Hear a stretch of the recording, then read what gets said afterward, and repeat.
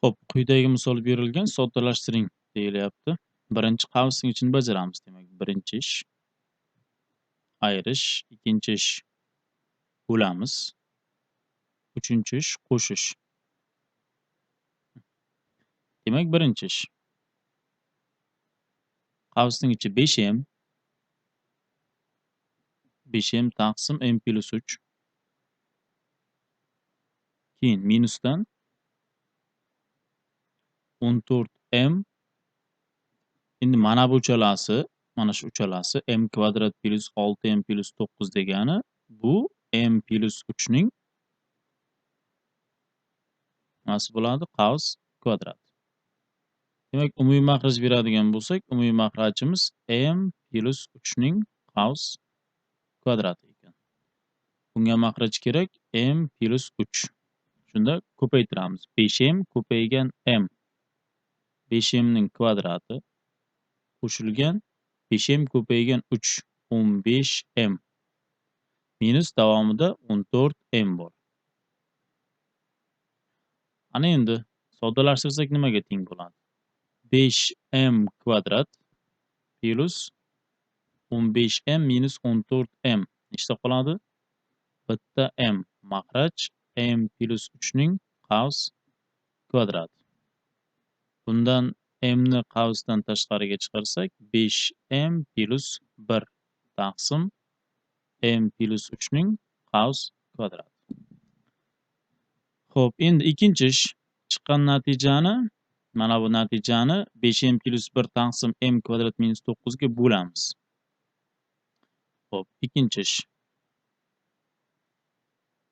Chiqqan natija mana m 5m plus 1 taqsim m plus 3 ning qavs kvadrati bo'lingan mana bu.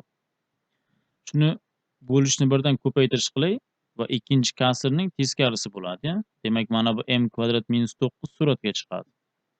M kvadrat minus 9 ni ko'paytuvchiga ajratsak, m minus 3 u m plus 3 bo'ladi. Demak, bu m minus 3 u m plus 3. Makrajga 5m plus 1 tushadi. Xo'p, qisqaradiganlari bor. 5m plus 1 lar qisqaradi. Keyin m plus 3 bilan mana bu daraja qisqaradi. Nima qolyapti suratda? M ko'paygan m minus 3 qolyapti. Xo'p, m ko'paygan m minus 3 makrajda m plus 3. Ana endi uchinchi ish.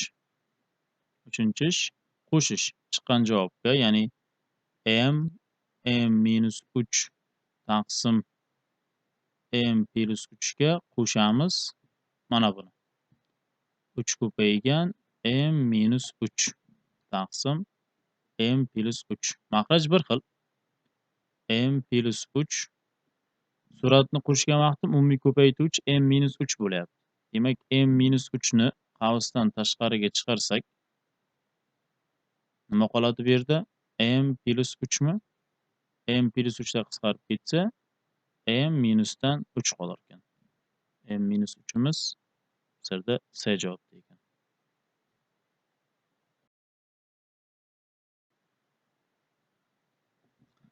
Xo'p, keyingi misol ushbu tenglama ildizlarining yig'intisini toping deyapti.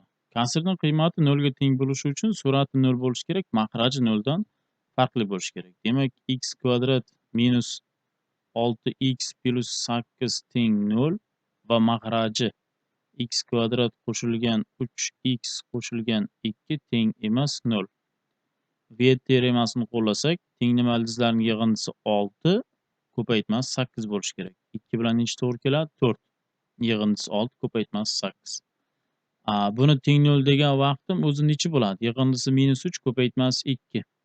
Minus 1 bilan minus 2 mi? Shu sonlarga teng emas ekan. Demak, topgan yechimlarim 2 bilan 4, minus 1 va minus 2 dan farqlimi? Tenglama ildizlar yig'indisini toping degan ekan. x1 qo'shilgan x2, ya'ni 2 qo'shilgan 4 6 ga teng bo'lar ekan.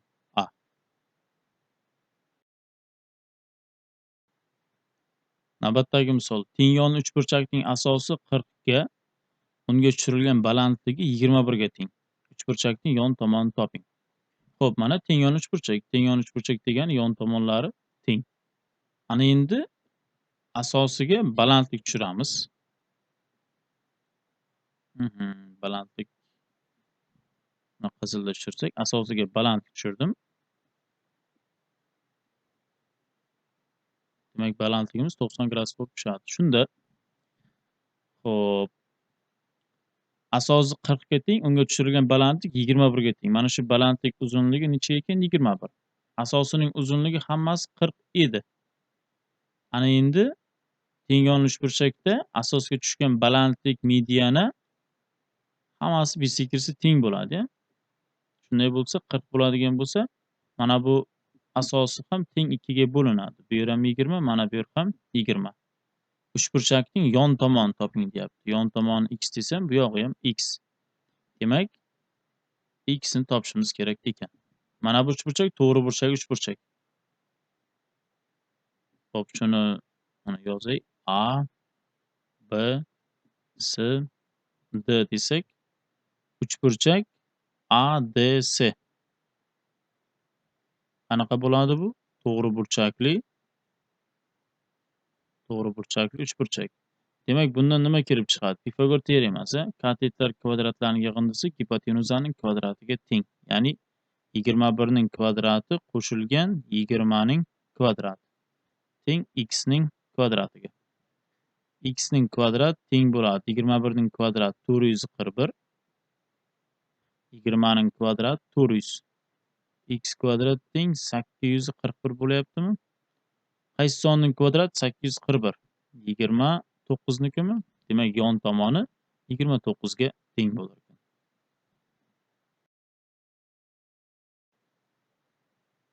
Navbatdagi misol ushbu tenglamani iching degan. Xo'p, bu tenglamani qanday ishlaymiz? 0,3 kasr ko'rinishi necha bo'ladi? 3 taqsim 9 mi? Qo'shilgan 0,1 davrda 6. Oddiy kasr ko'rinishi 16 minus 1 taqsim 90.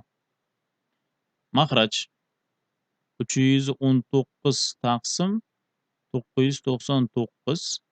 Keyingisi esa 1,680 taqsim 999. Ko'paytirilgan x teng. Bu 8 darajasi 0,6. 6 taqsim necha bo'ladi? 9. Ana endi 3 taqsim 9, bunisi 15 taqsim necha bo'ladi? 90 mi? Makhraj bersak 10 qilishim kerak makrajni. Bunga 10 makraj beraman. Shunda 30 taqsim 90. Mana yozaylik. 30 taqsim 90 qo'shilgan keyingisi 15 taqsim 90. Makrajlari bir xil ekan. 1,999 dan bu ham 999 bo'ladi. Ya'ni 319 ga 680 qo'shiladi. Ko'paygan x teng 8. 2 ning kubi ning darajasida 6 taqsim 9 degani 3 ga qisqartirsak 2 taqsim 3. Demak, 30 ga 15 ni qo'shsak 45 taqsim 90. 45 taqsim 90 degani surat makrajini 45 ga bo'lsak 1 taqsim 2. Makrajimiz esa mana buning qiymati nechaga teng bo'ladi? 2 gami? Ko'paygan x teng. Mana bu uch bilan bu uch qisqaradi. Uchlar qisqargandan keyin 2 ning kvadrati qoladi. 2 ning kvadrati 4 degani bu, to'g'rimi? 2 makrajga tushsa, 1 taqsim 2 ni 2 ga bo'lsak 1 taqsim 4 da ko'paygan x teng 4. 4 ni ko'paytirib olsak, x teng bo'lar ekan 16 ga. Demak, B javob.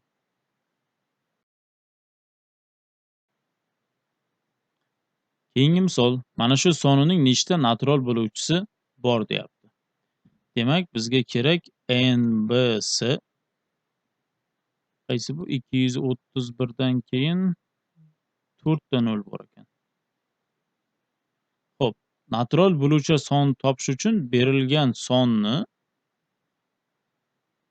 tub ko'paytuvchiga ajratib olishimiz kerak. Buni men 231 ko'paygan 10 darajasi 4 desam, 231 nechaga bo'linadi bu? 3 gami? 3 ga bo'lsak necha bo'ladi 231 ni? Shuni o'zini tub ko'paytuvchiga ajratay. 3 ga bo'lsak 77 7 bo'ladimi? 7 ga bo'lsak 11. 11, 1.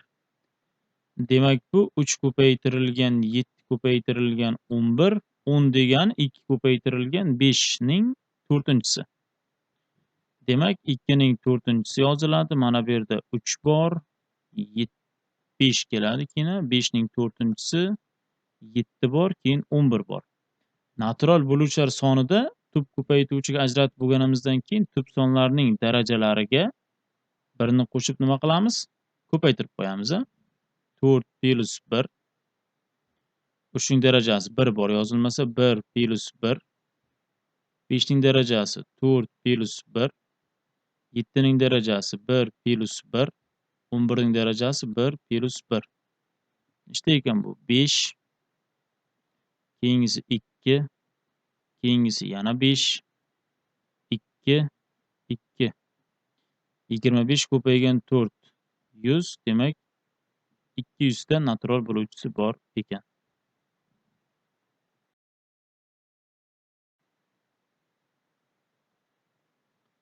Xo'p, navbatdagi misol ushbu ifodaning qiymatini toping degan. Xo'p, birinchi mana buni hisoblaymiz. Ildiz ostida 9 minus ildiz osti 32 ning qiymati nimaga teng ekan?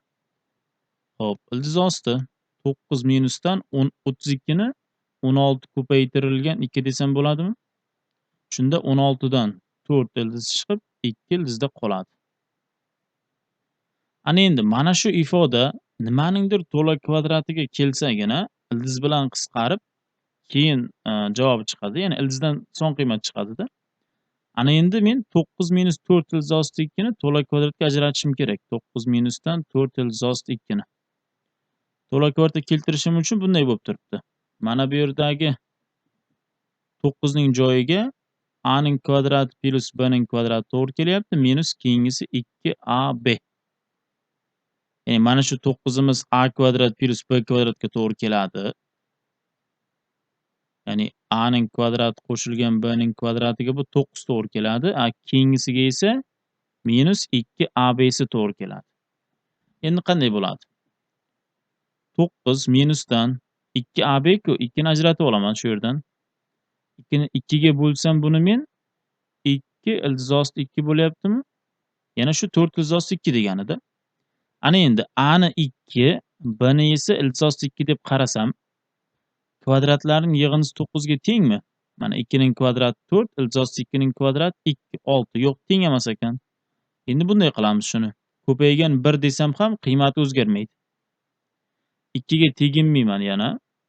2 ga teginmasam, mana buni a deb olaman, bunisini esa b deb olaman. Demak, buning kvadrati 2 ildiz osti 2 ning kvadrati 8, 1 ning kvadrati 1. Yig'indisi 9 ga teng bo'ldimi? Mana a kvadrat plus b kvadrat 9 ga teng bo'lishi kerak-da. Demak, a ning joyiga 2 ildiz osti 2, b ning joyiga minus 1. Shuning nimasi bo'lar ekan? Qavs kvadrat. Demak, buni o'rniga qo'ysak, ildiz ostida 2 ildiz osti 2 minus 1 ning nimasi bo'lar ekan? Qavs kvadrat ekan. Kvadrat bilan ildiz qisqaradi. Bundan 2 ildiz osti 2 minus 1 chiqar ekan.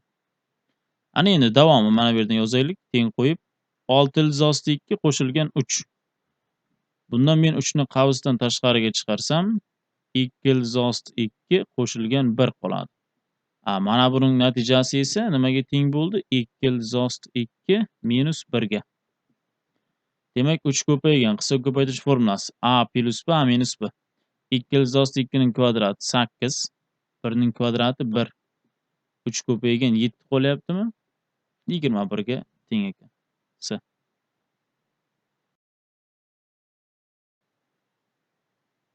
Navbatdagi misol. Samarqandga kelgan sayyohlarning 77% ingliz tilini, 45% esa ispan tilini biladi. Shu sayyohlardan 22 tasi ikkala tilni ham biladi. Agar sayyohlar ingliz va ispan tilidan boshqa tilni bilishmasa, demak hammasi kamida bitta tilni biladi. Ularning umumiy soni qancha? Xo'p, sayyohlar soni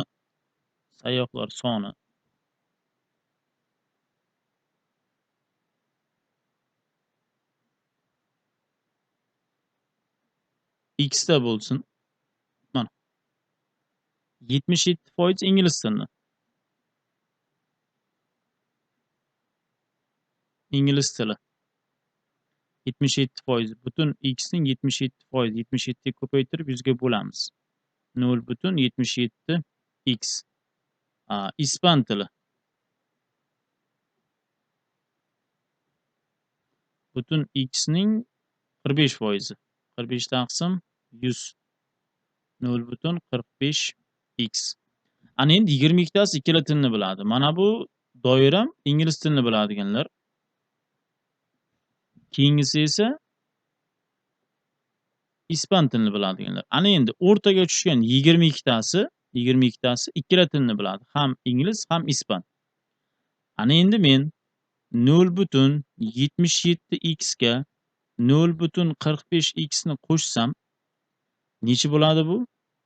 Tak, 12 ning x'i biri tilda, 11 12 ning x'i biri tilda 1,122x bo'lyapti. Ikkalasini qo'shgan vaqtim, mana bu yerda ingliz tilini qo'shgan vaqtim, buning ichida 22 ta ispan tilini biladiganim bor. Keyingisi ispanlarni qo'shgan vaqtim 0,45x ni qo'shgan vaqtim, buning ichida ham 22 tasi bor. Umumiy sayyohlar x tamidi. Endi men bunday qilishim kerak. 1,122x dan nimani ayirishim kerak men? X ni. Shunda 0,22x qoladi va bu teng bo'lishi kerak 22 ga. Mana bu yerdagi 22 ikkala tilni biladiganlar. Mana shuni qo'shgan vaqtim 2 marta mana bu 22 hisoblanib ketyapti-da. Shuning uchun umumiy x ni ayirib tashlasam 0,22x ga 22 ta, ya'ni ingliz tili va ispan tilini biladigan odamlar qolyapti. Demak, shu yerdan x ni topadigan bo'lsam necha bo'ladi bu? 100 mi? Jami sayyohlar soni 100 ta ekan.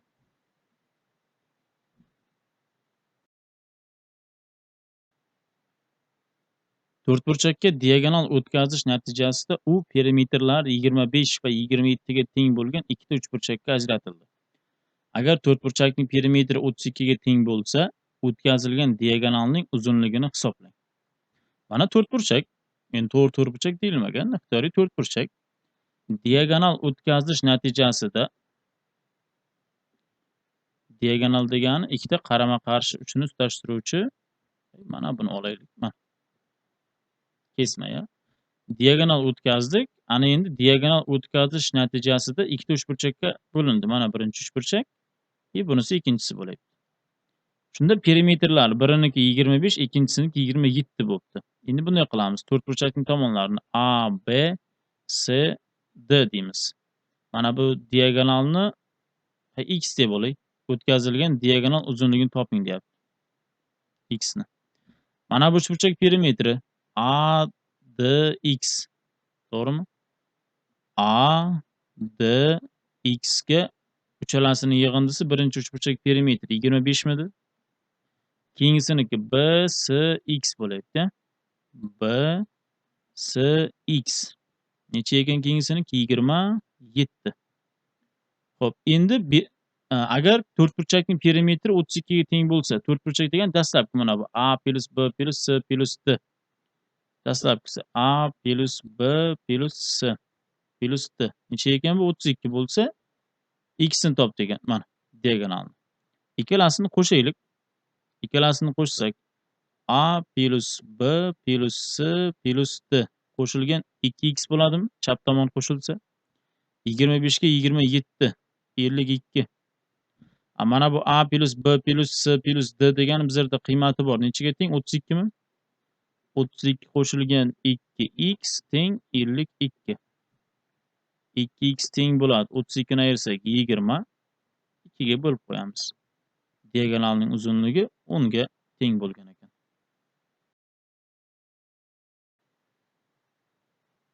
Navbatdagi misol. Ushbu tenglamalar sistemasi berilgan. Demak, x, y ning ko'paytmasini so'rayapti ekanman. Xo'p, tenglamalar sistemasi yechishning ikki xil usuli bor, uch xil usuli bor. Grafik desak ham. Ya'ni men qo'sh usuldan foydalanaman. Ya'ni birorta noma'lum oldidagi koeffitsiyentlarni bir xil qilib yo ayiramiz yoki sistemani qo'shamiz. Xo'p, endi birinchi tenglikni 4 ga ko'paytiray. Shunda 8x plus 4y teng necha bo'ladi? 32. 4 ga ko'paytirdim minus 32, o'ng tomonga o'tsa 32. Ikkinchi tenglikning o'zi 3x plus 4y teng 7. Sistemani ayiramiz. 8 ta x dan 3 ta x ni ayirsak 5 ta x. 4 ylar ayirmasi 0. 32 dan 7 ni ayirsak 25. X teng bo'lar ekan 5 ga. X 5 ga teng bo'lsa, birinchi tenglikka borib qo'yib y topaman. X ga 5 ni qo'ysak, necha bo'ladi bu? 10 qo'shilgan y minus 8 teng 0. 10 dan 8 ni ayirsak 2. O'ng tomonga o'tsa y teng bo'lar ekan minus 2 ga. Demak, y-imiz minus 2. Bizdan x ko'paygan y so'ralgan. 5 ko'paytirilgan minus 2. Demak, minus 10 ga teng bo'lar ekan. A javob.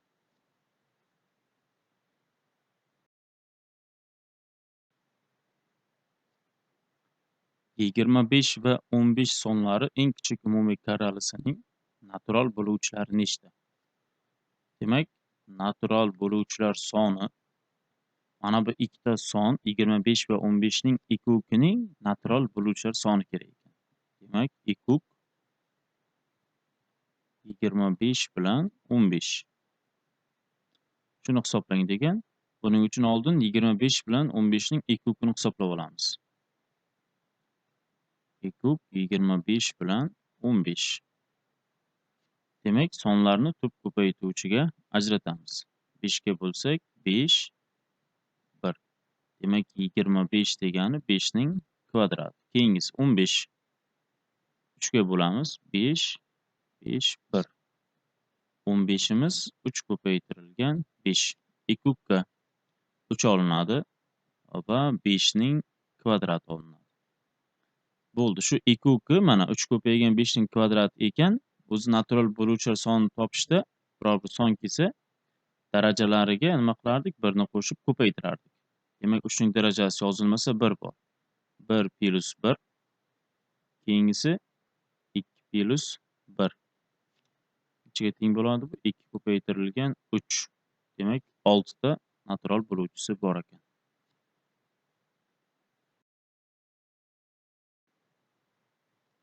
Keyingi savol. Mayiz quritiladigan uzum og'irligining 32% ni tashkil qiladi.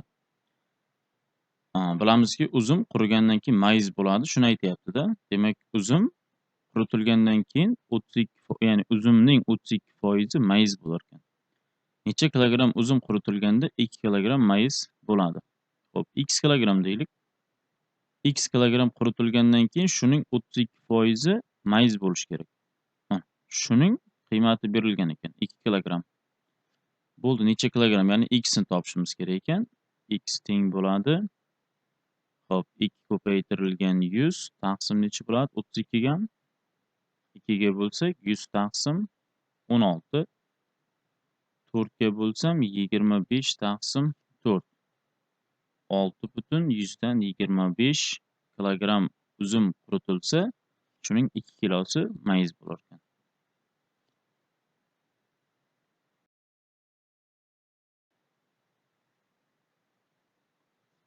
Keyingi savol. Mana shu tenglik berilgan, ya'ni ikkita tenglik berilgan tenglamalar sistemasi desak ham bo'ladi. Shu yerdan 2 x y ning qiymatini toping deyapti. Xo'p. Mana bu x plus y ni yoki bo'lmasa bunday qilaylik. Mana bu birinchi tenglikni mana bu x kvadrat qo'shilgan y kvadratni x plus y ning qavs kvadrati minus 2 ta x y deb yozsak bo'ladi. Davomida x y bor. Teng 7 ekan. Ana endi x plus y bu yerda 3 ga teng. Mana qiymati 3 ni qo'yaman.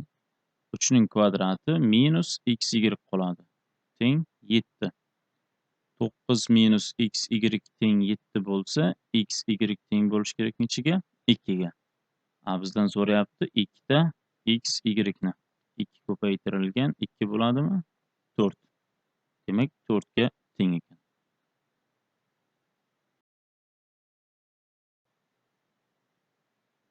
Navbatdagi savol. Alining yoshi Hasanning yoshidan 6 marta katta. Alining yoshi o'z yoshining 1/3 qismiga oshsa, ikkalasi 88 ga to'ladi. Hasanning hozirgi yoshini toping. Demak, bizda Ali bor va Hasan bor. Alining yoshi Hasanning yoshidan 6 marta katta. Demak, Hasanning yoshini x desam, Alining yoshi 6x, 6 marta katta ekan. Endi aytyapti, Alining yoshi o'z yoshining 1/3 qismiga oshsa, Alining yoshi qancha bizlarda? 6x mi? Shu 6x ning 3/1 qismi kerak menga. 3/1. Necha bo'ladi bu? 2x bo'ladimi? Ya'ni 2x yildan keyin 2x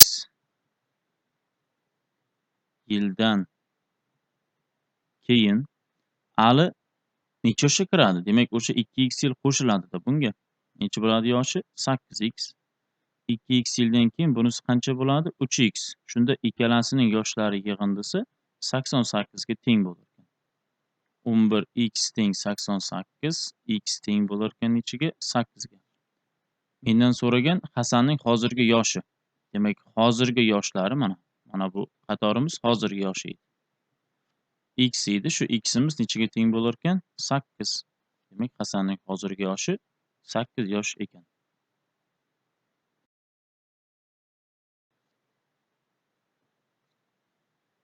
Navbatdagi savol. Parallelogramning o'tkir burchagi 30 gradus, balandliklari ko'paytmasi 15 santimetr bo'lsa, uning yuzini toping deyapti.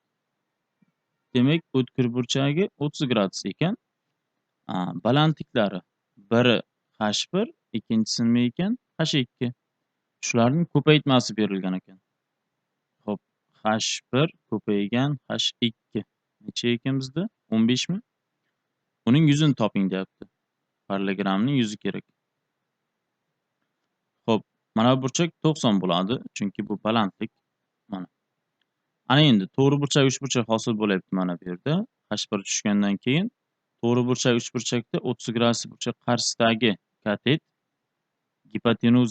gipotenuzaning yarmiga teng. Demak, bizda gipotenuza 2 ta h1 bo'lgan ekan. Parallelogramda qarama-qarshi tomonlar teng, demak, mana bu tomon ham 2 ta h1.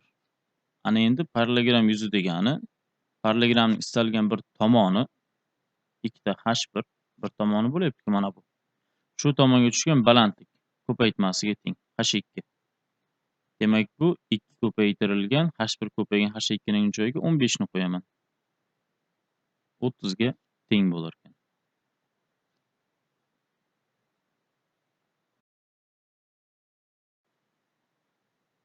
Navbatdagi misol. Natural A sonni natural B songa bo'lganda bo'linma S ga qoldiq D ga teng bo'ldi. Agar bo'linuvchi va bo'luvchi 2 marta orttirilsa, D qanday o'zgaradi? Ixtiyoriy birorta misol yozaylik. Misol uchun 13 nechiga bo'ldik? 5 ga 2 tadan berdik. Qoldig'i necha bo'ladi shunda? 3 mi? Ana endi natural A sonni mana bu yerda 13 imiz A vazifasida kelyapti. 5 B ga bo'lganda bo'linmasi S, qoldig'i nima ekan? D.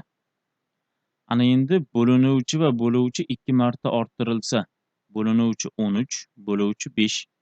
2 martadan oshirsam bu 26 bo'ladi. Bu necha bo'ladi? 2 marta oshirsam 10. Ana endi 26 ni 10 ga bo'lsam 2 tadan beraman. Qoldig'i necha bo'ladi? 6 mi?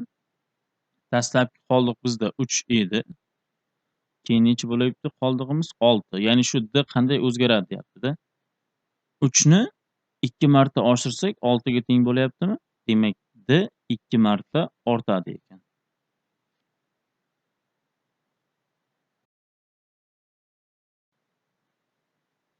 Navbatdagi misol. Shuni soddalashtiring deyapti. Demak, eng ichkaridagi ildizdan boshlab hisoblab kelamiz. Ya'ni ildiz ostida 9 plus 4 ildiz osti 2. Buni hisoblashni xo'p, qanday qilamiz? 9 plusdan 4 ildiz osti 2. Buni to'la kvarta keltirishim kerak. Xo'p, 9 plusdan 4 dagi 2 ni olaman va unga teginmaymiz. 2 ko'paygan ildiz 2 deyman. Ya'ni mana bu a kvadrat plus b kvadrat degani, bunisi esa 2ab da turibdi-da. Ana endi 2 ni ajratsam, mana bu a, buni b desam, kvadratlarning yig'indisi 9 ga teng bo'lishi kerak. 2 niki 4, buniki 2. 6 teng bo'lmadi. Ana endi men 2ab bo'lsa, mana buni bunday olaman. 2 ildiz osti 2 ni a deb ko'paygan 1 deyman. A mana bunisi b bo'lib keladi. 2 ildiz osti 2 ning kvadrati 8, 1 ning kvadrati 1, yig'indisi 9.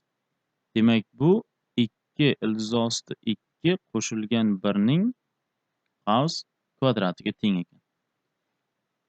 Demak, o'rniga qo'yadigan bo'lsak, 2 ildiz osti 2 qo'shilgan 1 ning qavs kvadrati. Demak, kvadratma ildiz qisqarib 2 ildiz osti 2 qo'shilgan 1 chiqadi. Xo'p, yozamiz. Ildiz ostida 13 qo'shilgan 30 ildiz osti 2 qo'shilgan, mana bundan nima chiqar ekan? 2 ildiz osti 2 qo'shilgan 1.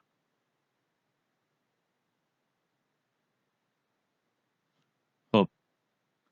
Keyin ildiz osti 13 qo'shilgan 30 ildiz osti, soddalashtirsak 2 plus 1imiz demak 3 plus 2 ildiz osti 2. Ana endi 3 plus 2 ildiz osti 2 nimaning qavs kvadrati? Bu 3 plus 2 ildiz osti 2 degani ildiz osti 2 plus 1 ning nimasi bo'ladi bu? Qavs kvadrati. Shunda 13 qo'shilgan 30 ko'paytirilgan kvadratma mana bu ildiz qisqarib nima chiqadi keyin? Ildiz osti 2 qo'shilgan 1. Endi ildiz ostida 30 kara 1imiz 30, 13 ni qo'shsak 43 qo'shilgan 30 ildiz osti 2 bo'lyapti. Buni ham to'la-kvarta keltirishimiz kerak. Xo'p, qanday bo'ladi? 30 ni 2 ko'paytirilgan 15 deya olmayman. 15 ning kvadrati 43 dan oshib ketyapti. 15 ni 5 ko'paygan 3 ni ildiz osti 2 ga ko'paytiraylik. 5 ning kvadrati 25, bunisi esa necha bo'ladi? 3 ildiz osti 2 ning kvadrati 18 mi? 18 ga 25 ni qo'shsak 43. Demak, bu ildiz ostida 5 plus 3 ildiz osti 2 ning qavs kvadrati bo'lar ekan. Yana kvadratma ildiz qisqarib 5 plus 3 ildiz osti 2 ga teng bo'lar ekan.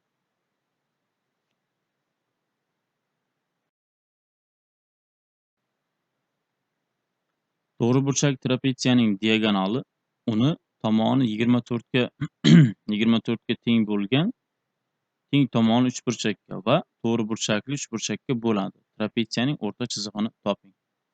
Mana to'g'riburchak trapetsiya diagonali tomoni 24 ga teng bo'lgan teng tomon uchburchakka bo'lar ekan. Demak, kichik diagonalni o'tkazishimiz kerak ekanda biz mana. Shunda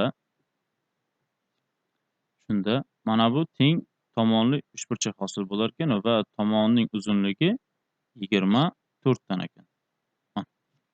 Trapetsiyaning o'rta chizig'ini toping deyapti. Trapetsiyaning o'rta chizig'i kichkina asos x desam, katta asos 24 mi? Ikkita asosini qo'shib 2 ga bo'lgandagi qiymatga teng bo'ladi. Ana endi menga x kerak. Endi bunday qilamiz. Mana bu yerdan muntazam uchburchakning balandligini tushiramiz. Buning balandligini h desam, trapetsiyaning mana bu balandligi ham h ga teng bo'ladi.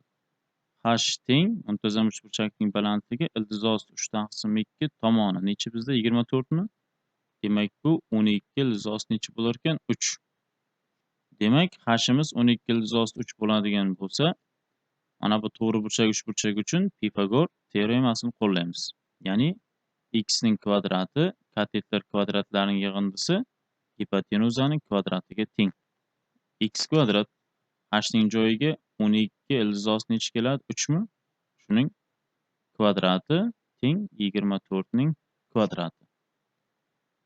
Demak, bizda x teng bo'ladi 576 ayrilgan 144 ko'paygan 3 bo'ladi. 144 ko'paygan 3 mi?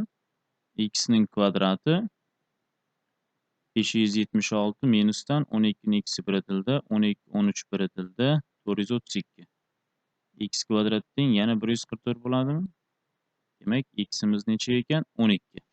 O'rta chizig'i so'ralgan. Kichik asos 12, katta asos 24. 2 ga bo'lamiz. 36 taqsim 2. 18 ga teng bo'lar ekan.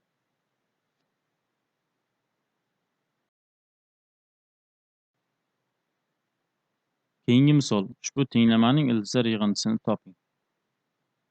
X kvadratni t deb belgilash kiritaylik. Nima kelib chiqadi? X ning 4-chisi t kvadrat bo'ladi. Minus 13 t qo'shilgan 36 teng 0. V teoremasidan t1 2 ni topamiz. Ildizlar yig'indisi 13, ko'paytmasi 36. 4 bilan necha bo'ladi? 9 mi? T ning joyiga x kvadratni qo'yamiz. 4 x kvadrat teng 9. Ildizlari x1 2 plus minus 2 x3 4 plus minus necha ekan? 3. Ildizlarining yig'indisi kerak. x1 x2 x3 x4. Ildizlar qarama-qarshi bo'lgani uchun yig'indisi necha bo'ladi? 0 ga teng bo'lar ekan.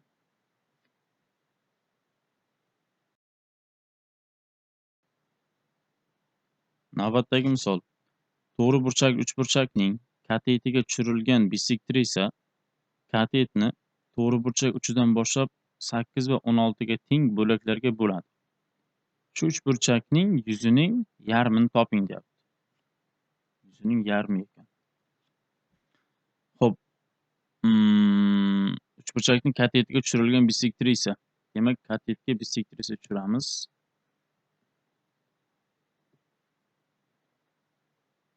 Misol uchun mana.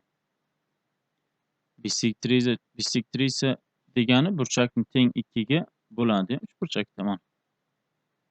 Demak, mana bu L. Endi bizga aytayapti. Mana bu masofa 8, bu masofa necha ekan? 16. Ikkalasining nisbati 8 ning 16 ga nisbati 1/2 mi? Bisektrisaning xossasidan foydalansak, mana bu katetimiz x bo'ladi. Bu tomonimiz gipotenuzamiz 2x, ya'ni bularning nisbatlari ham teng bo'lishi kerak. Endi shunday bo'ladigan bo'lsa, uchburchak yuzining yarmi kerak. Ana endi Pifagor teoremasini yana qo'llaymiz. Xo'p, x ning kvadrati katet, ikkinchi katetim 8 plus 16. 24 ning kvadrati teng 2x ning kvadrati. 4x kvadratmi? 3x kvadrat teng bo'ladi 24 kara 24 kvadrat. 3 ga bo'lsak 8 ko'paygan 24. 8 ko'paygan 24 mi? 8 ko'paygan 3 deb yozib ketay. X teng bo'lar ekan 8 ildiz osti 3 ga. Uchburchak yuzi, to'g'ri burchakli uchburchak yuzi 1/2 ikkita mana bu katet ko'paytmasi. Ya'ni x ko'paygan 24. 12 ko'paygan x. Demak, 12 ko'paytirilgan 8 ildiz osti 3. Bu degani 96 ildiz osti 3 bo'ladimi? Ana endi bizdan so'ralgan uchburchak yuzining yarmi 2 ga bo'lamiz. 96 ildiz osti 3 taqsim 2. Necha bo'ladi bu? 48 ildiz osti 3.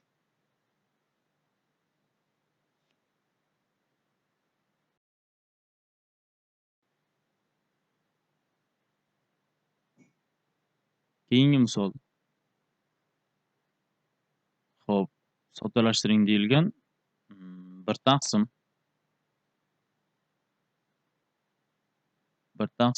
mana mahrajdan m ni qavsdan tashqariga chiqarsak m minus 1 minus 1 taqsim m minus 1 ko'paygan m taqsim m plus 2 plus m taqsim m kvadrat minus 4. Xo'p, mahraj bersak nima bo'ladi? m minus 1. Bunga 1, bunga m kerak. Shunda 1 minus m ko'paygan m taqsim m plus 2 plus m taqsim m kvadrat minus 4. Ana endi m lar qisqaradi bu yerda. 1 minus m bilan m-1 qisqarib, suratda -1 qoladi. Demak, -1 taqsim m plus 2 plus m taqsim m kvadrat -4. Umumiy makhraj m kvadrat -4 ning o'zi bo'ladi. Bunga m-2 kerak. Bunga esa 1. Shunda -m plus 2 plus m. Bu degani 2 taqsim m kvadrat -4. 2 taqsim m kvadrat -4.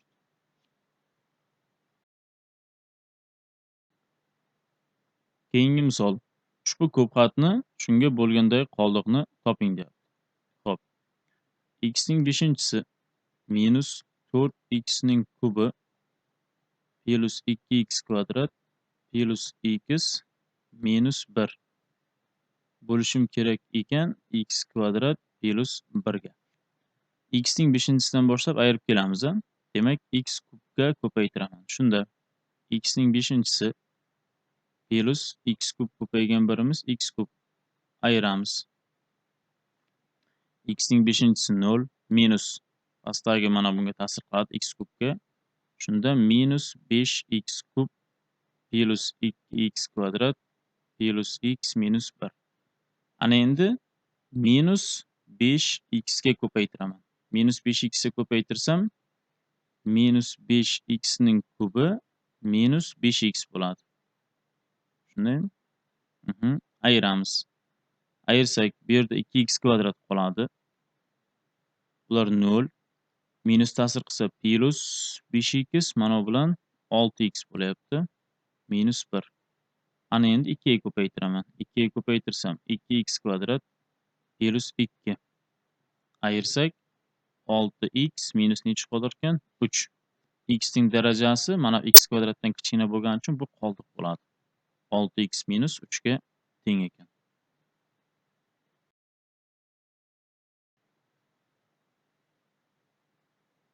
Xo'p, keyingi misol 0.8 ga teskari bo'lgan songa qarama-qarshi son toping. Sonimiz 0.8. Bu 8 taqsim 10 degani yoki 4 taqsim 5 degani. Shunga teskari bo'lgan son. Teskarisi. Surat mahrajini joy almashadimi? Ko'paytmasi 1 ga teng bo'lgan sonlar o'zaro teskari sonlar. 5 taqsim 4. Ana endi 5 taqsim 4 ga qarama-qarshi bo'lgani kerak.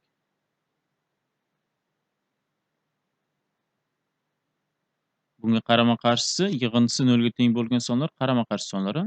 Demak, -5 taqsim necha bo'lar ekan? 4. Bu degani -1/125.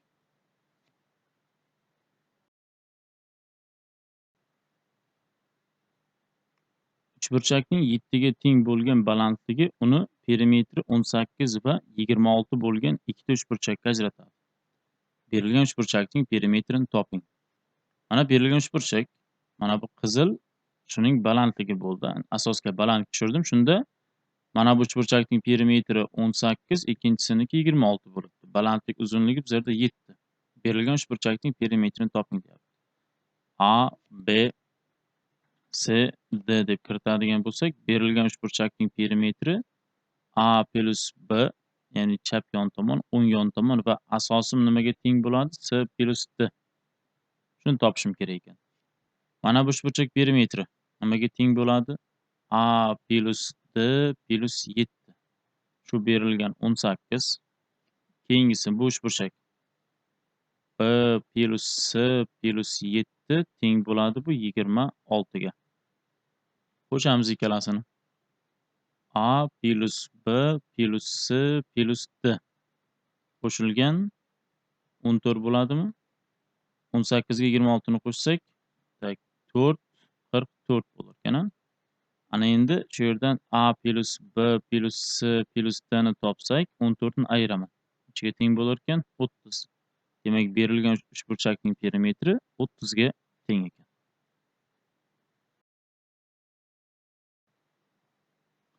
Navbatdagi misol. Nonga navbatga turgan Abdurahmondan navbatda nechta odam bor deb so'raldi. Bu oldimdagilar orqamdagilarning 4 dan biridan 15 ta ko'p. Men esa navbatning o'rtasidaman. deb javob berdi. Abdurahmon nechanchi navbatda turibdi? Mana Abdurahmon turgan navbat.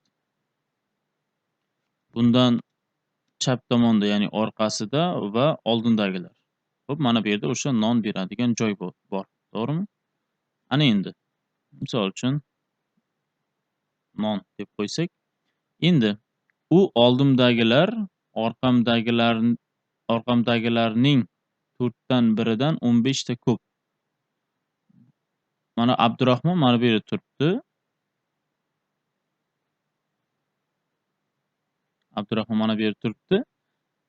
Xo'p, demak, oldimdagilar orqamdagilarning, demak, orqasida ikkita odam bo'lsa, mana bu oldindagilar shu orqadagilarning 4 dan biridan, demak, x ning 4 dan biri 15 ta ko'p. 4 dan biridan 15 taga ko'p. Qo'shilgan 15 bo'ladimi?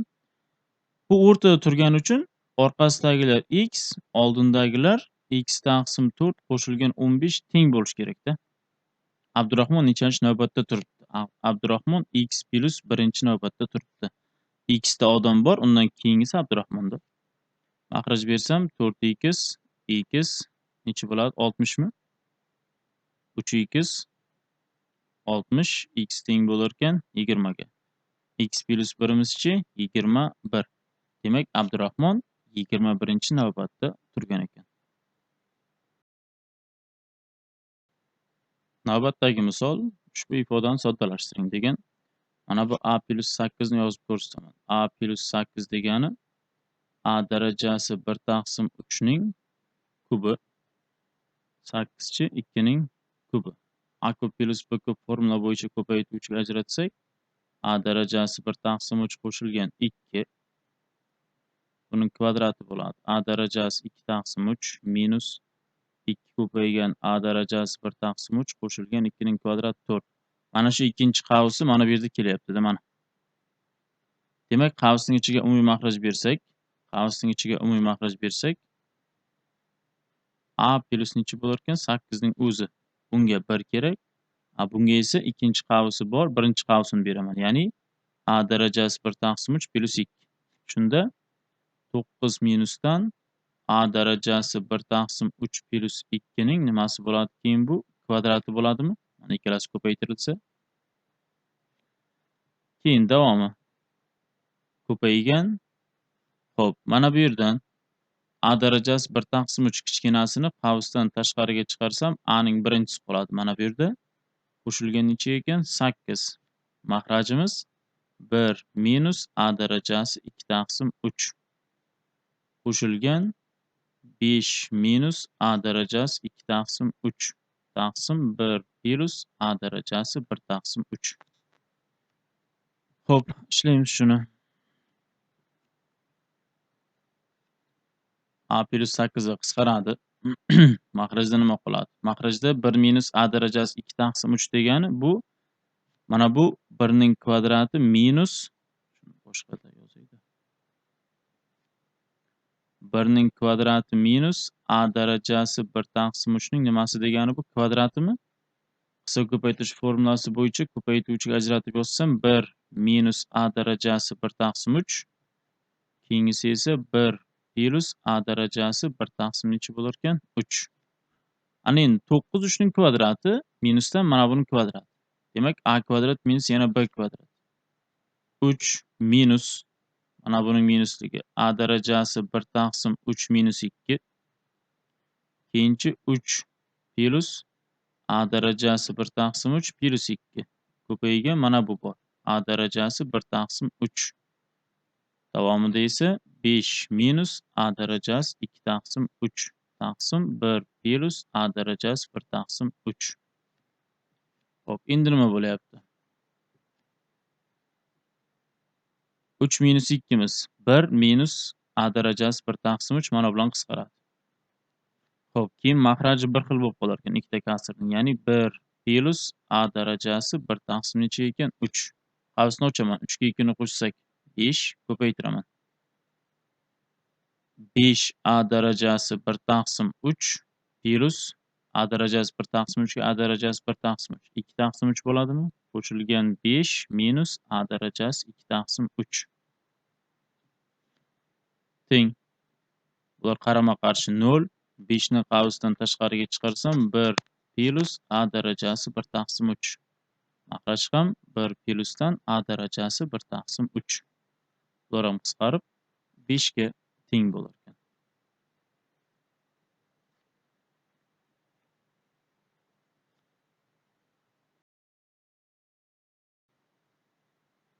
Keyingi misol. Ushbu ko'patni ko'paytuvchiga ajrating. Xo'p, buni qanday ishlaymiz? Qarang. Misol uchun, mana bu yerdan teng 0 desak, ya'ni mana shu 0 bo'lishi uchun, birorta javob 0 bo'lishi uchun x 1 bo'lishi kerakmi shu yerda?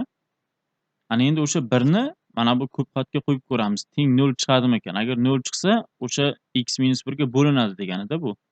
1 6 bo'ldimi? 3 ni qo'shsak 9 0. X teng 1 da yechimga ega ekan, mana shu teng 0 bo'lyapti-da. Demak, men bunday qilaman. X kub plus 5x kvadrat plus 3x minus 9 ni bo'lib ko'ramiz x minus 1 ga. Shunda x kvadrat beramiz. X kub minus x kvadrat ayiraman. Nima chiqadi bu? 6x kvadratmi? Qo'shilgan 3x minus 9. Endi 6x ni ko'paytiraman. 6x kvadrat minus 6x bo'ladi. Ayirsak 9x minus 9. Ana endi 9 ga ko'paytiramiz. Shunda 9x minus 9 ayirsak 0. Demak, x kub plus 5x kvadrat plus 3x minus 9 ni x minus 1 x kvadrat plus 6x plus 9 deb yozsak bo'lar ekan. Ana endi buni yana davom ettirsak, x minus 1 keyingisi x plus 3 ning qavs kvadrati ekan.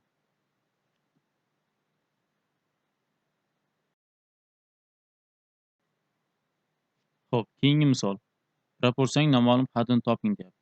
Proporsiyada chetki hadlar ko'paytmasi o'rta hadlar ko'paytmasiga teng edi.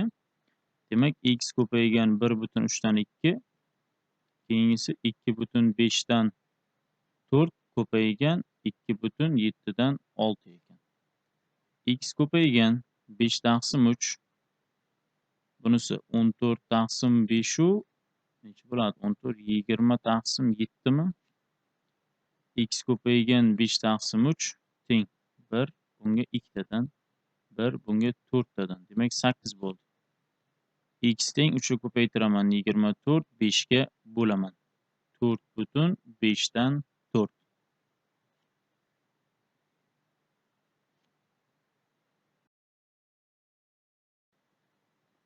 Xo'p, navbatdagi misol. Ushbu tenglama ildizlarining o'rta arifmetigi ularning ko'paytmasidan qanchaga kam? Ularning ko'paytmasidan qanchaga kam desa, ildizlar ko'paytmasidan ayirishim kerak ekan ildizlarining o'rta arifmetigini. Xo'p, x teng emas 0, x makrajda kelyapti va ikkala tomon x ga ko'paytirsak, ya'ni umumiy makraj bersak, 10 ta x bo'lar ekan. X kvadrat minus 10 ta x plus 16 teng 0.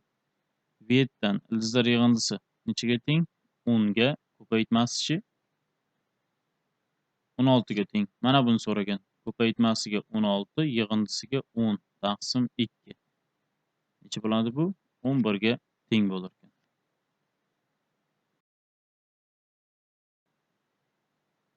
Keyingi misol. Tenglikdan x ni toping degan. Demak, proporsiya qilamiz. Ko'paytirsak.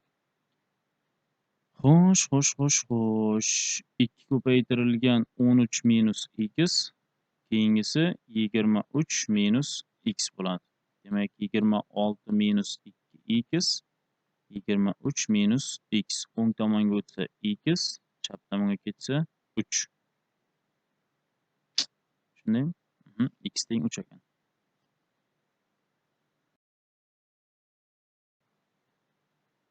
Keyingi misol.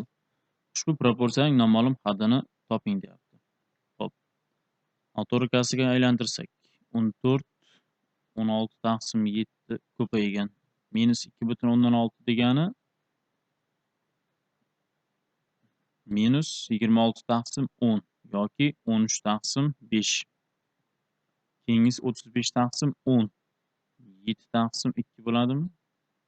Taqsim 4 teng 4 taqsim 13 ko'paygan minus 39'imiz 39 taqsim 10 ko'paygan 3,25 3,4dan 1 degani. Demak, 13 taqsim necha? 4 mi? Taqsim x ekan. Xo'p, nimalar qisqardi? 7lar qisqardi.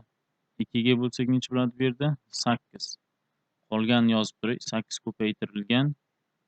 Mana minuslar ham qisqarib ketadi. Bu yerda 13 qoladi. Mana 5 makrajga tushadi. 5 ko'paytirilgan 4. Bu yerdachi 13lar qisqaradi. 4lar ham qisqaradi. 39 taqsim 10 makrajga tushadi, ko'paygan x.